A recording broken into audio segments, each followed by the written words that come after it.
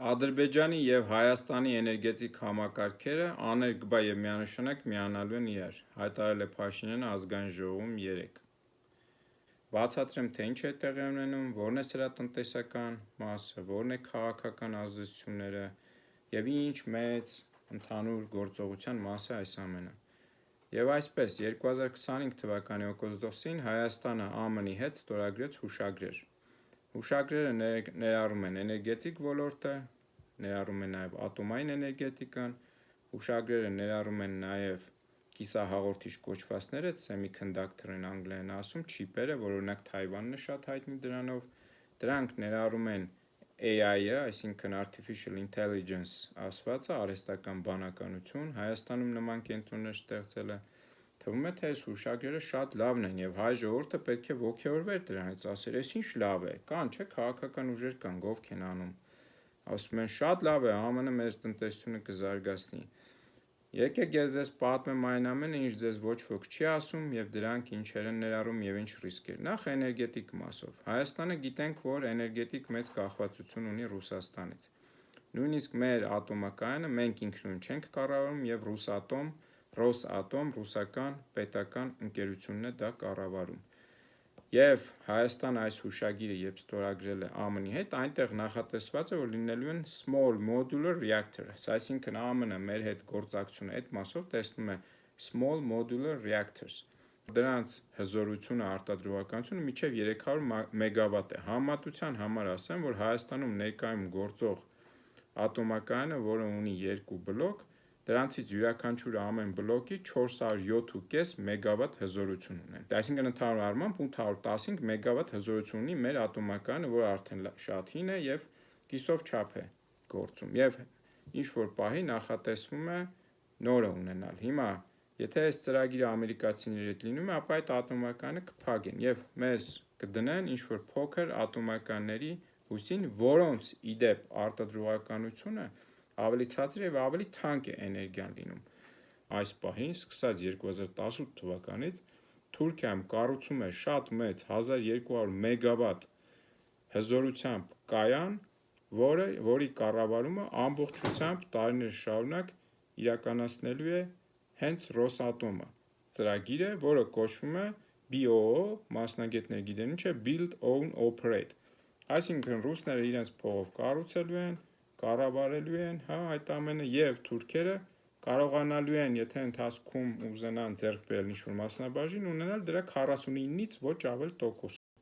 Բա թուրքերը, որ ամերիկացիների հետ գործընկեր են, ռազմավարական ՆԱՏՕ անդամ դաշնակից, բա ինչի են ռուսներից օգտվում։ Պարզ չի պատասխանը։ Աշխարհում ամենալավ որակով արդյունավետ ատոմականներ կառուցողը ռուսներն են։ Սա բացարձակ ճշմարտություն է, ինքնուրույն տարբեր աղբյուրներով նաև կտեսնեք։ Ադրբեջանը ինչի են ուզում կապեն հայկական ցանցին, երկու հիմնական պատճառ ունի։ Պատճառներից մեկը տնտեսականն եմ ասում, Թուրքիային էներգիա մատակարարել, Ադրբեջանով նաև Հայաստանից։ Երկրորդ պատճառը այն կենտրոնները, որոնք Հայաստանում ԱՄՆ-ն ուզում է ստեղծել, արհեստական բանականության և այդ չիպերի արտադրության, դրանք մեծ էներգատար ռեսուրսներ են պարունակում։ Քաղաքական մասը սրա նա է, որ Հայաստանին ուզում են Իրանի և ռուսականի էներգետիկ աղբյուրներից ընդհանրապես կտրեն, որ Իրանում շատ էժան էներգետիկ աղբյուրներ կա, մենք գիտենք, և մեզ պատրաստվում են դրանից կտրել և դրա համար նաև հիմիկվանից արդեն փորձում են Ադրբեջանից բենզին բերել, էժան բան ցույց տալով, որ թե լավ է, այնինչ մենք կարող ենք Պարսկաստանից շատ ավելի էժան վառելիք բերել։ Հիմա ասեմ արհեստական բանականության այդ թվային գործարանների կենտրոնների և չիպերի արտադրության խնդիրները որոնք են։ Այո, դրանք որոշակի տնտեսական ակտիվություն կարող են բերել Հայաստանին, որոշակի աշխատուժ կարող է որոշակի գիտելիքներ ստանալ, բայց դրանք այնպիսի գործունեություն են, որ ինչ-որ պահ, երբ որ դա Հայաստանից դուրս գա, այդ մարդիկ հետը գնալու են։ Ռուսաստանը ձեզ օրինակ, երբ սկսեց ռուս-ուկրաինական պատերազմը, բոլոր այդ IT և բարձր տեխնոլոգիայի մասնագետները, որ աշխատում են եվրոպական և ամերիկյան ընկերությունների հետ, կամ տեղակայվեցին Հայաստան կամ Վրաստան, կամ ընդհանրապես գնացին այլ երկրներ։ Միլիոնից ավել մարդ, շատ կարևոր ռեսուրս։ Հիմա այսինքն այդ օգուտը, որ ասում են Հայաստանին կտան, դա շատ հեղեղուկ է ժամանակավոր և քանի որ դրա գլխավոր նաև կառավարման կենտրոնները մնալու են ամերիկյան, այսինքն այդ գիտելիք ու կարողությունը մեզ չեն էլ տալու։ Մյուս մասը սրա, ինչու է Հայաստան ընտրել ԱՄՆ, հարց կտակ, Թայվանը կա եւ այլն, այո, ԱՄՆ փնտրում է երկրներ, որպեսզի դիվերսիֆիկացնի Թայվանի հույսին չմնա, հատկապես երբ Չինաստանը ուզում է վերցնել Թայվանը։ Այստեղ խնդիրը տեսեք ինչն է։ Բոլոր այն տեղերում, այն քաղաքներում, այն երկրներում, որտեղ կան artificial intelligence այդ գործարանները, մարդիկ բարբերաբար փողոցներն դուրս գալիս եւ բողոքի ցույց են անում։ Գիտեք ինչու։ Այդ կենտրոնները ահա որ մեծ ծավալի ջուր են սպառում,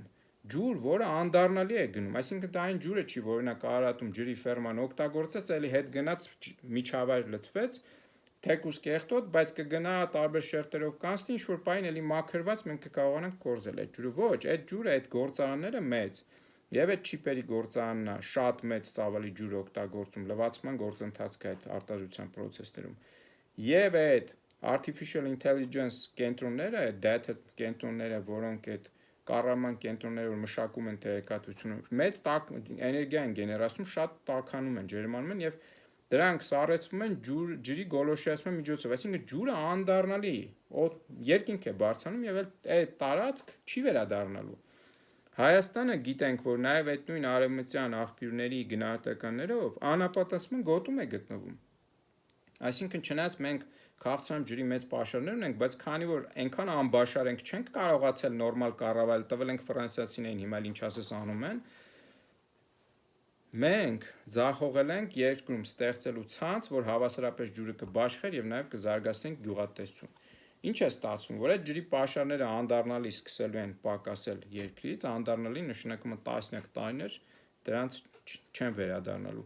Մենք գյուղատնտեսության անկում է լինելու։ Գյուղատնտեսության անկումը տեղից հիմա շարունակաբար, եթե նայեք հնա-կշռում վերջի 10 տարվա մեջ առնվազն գյուղատնտեսության բաժինը շարունակաբար փոքրանում է։ Ավելի է փոքրանում, սա իր հետևից բերելու է իր հետևից անապատասխան մեծացման, որը իր հետևից բերելու է հիվանդությունների շատացման, Հայաստանի գյուղատնտեսության անկման, ներկրվող կամ տեղի քիմիաներով արտադրվող ջերմոցներից գյուղատնտեսական մթերքի մեծացման, ինչը էլի կրկին իր հետևից բերելու է տարբեր հիվանդությունների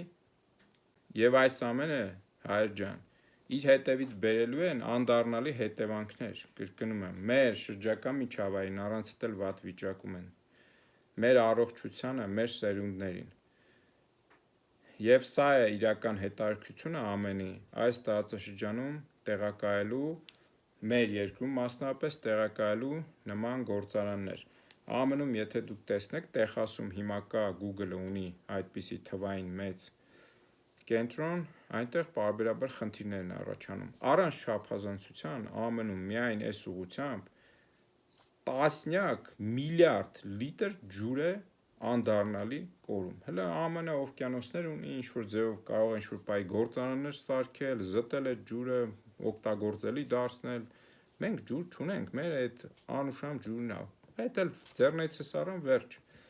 Մենք Արցախ անդառնալի կորցրեցինք, մարդիկ այլևս չեն կարողանա վերադառնալ երբեք այնտեղ, եթե այս գիծը շարունակվեց։ Եթե մարդիկ համաձայնվեցին, եթե դուք հայ ժողովուրդ համաձայնվեցիք այս ամենին, ինչ որ պահի ձեր պապերի հողը, հայրենիքը խլած, տները խլած, իրենց ընտանիքները սպանածների սերունդները գալու են ձեր երկրում, ձեր հավանությամբ տուն առնեն, դուք էլ իրենց հետ բարեկամական շփվելու եք։ Եթե սա է ձեր ուզածը, բոլորիս ուզածը սա է, ես միայնակ կամ եւս 10 մարդ սրա դեմ չենք կարող անել։ Այս ամենի համատեքստում օր առաջ հրապարակվեց այդ Միջանցքի մասին թուղթը գործողությունների ծրագիրը Նախիջևան-Ադրբեջանին կապող սրա մասին զրույցում եմ դարել, նայեք, երեք նախագահը ԱՄՆ-ի հայտարարում են, որ Ադրբեջանի հետ ռազմավարական գործընկերություն է զարգացնելու, նաև ասում է, որ Ադրբեջանին տալիս են ռազմական տեխնիկան ավերի տեսքով, բրոնեժիլետի եւ այլն է գրում, չի ասում մնացածը ինչ է, եւ այն մարդիկ, որոնք ասում են, տեսեք, ռուսը մեր գործընկերն է Ադրբեջանի զենքածախում, հիմա Ամերիկան է մեր գործընկերը, էլի Ադրբեջանի զենքածախում է, սրա մասին էլի բան չեն ասի, դե ձեռ չի տալիս երևի այդ քարոզչական գործիք են իրենք, դե որովհետեւ նման ասողները։ Հիմա տեսեք, այս ամենի ֆոնին, այս աղետալի վիճակների մեջ Հայաստանին աչ ու ձախից քաշ քշելով բոլորը ուզում են օգտագործած լինեն, բայց քաղաքական ինֆանտիլությունը Հայաստանում այն աստիճանի է, որ Փաշինյանը իր բացահայտ ու բաց օրակարգով հանդես է գալիս եւ ասում է մեր գլխին ինչա բերելու, այսինքն այս թուրքականացման ճանապարհը, բայց իրան հակադրվող ուժերը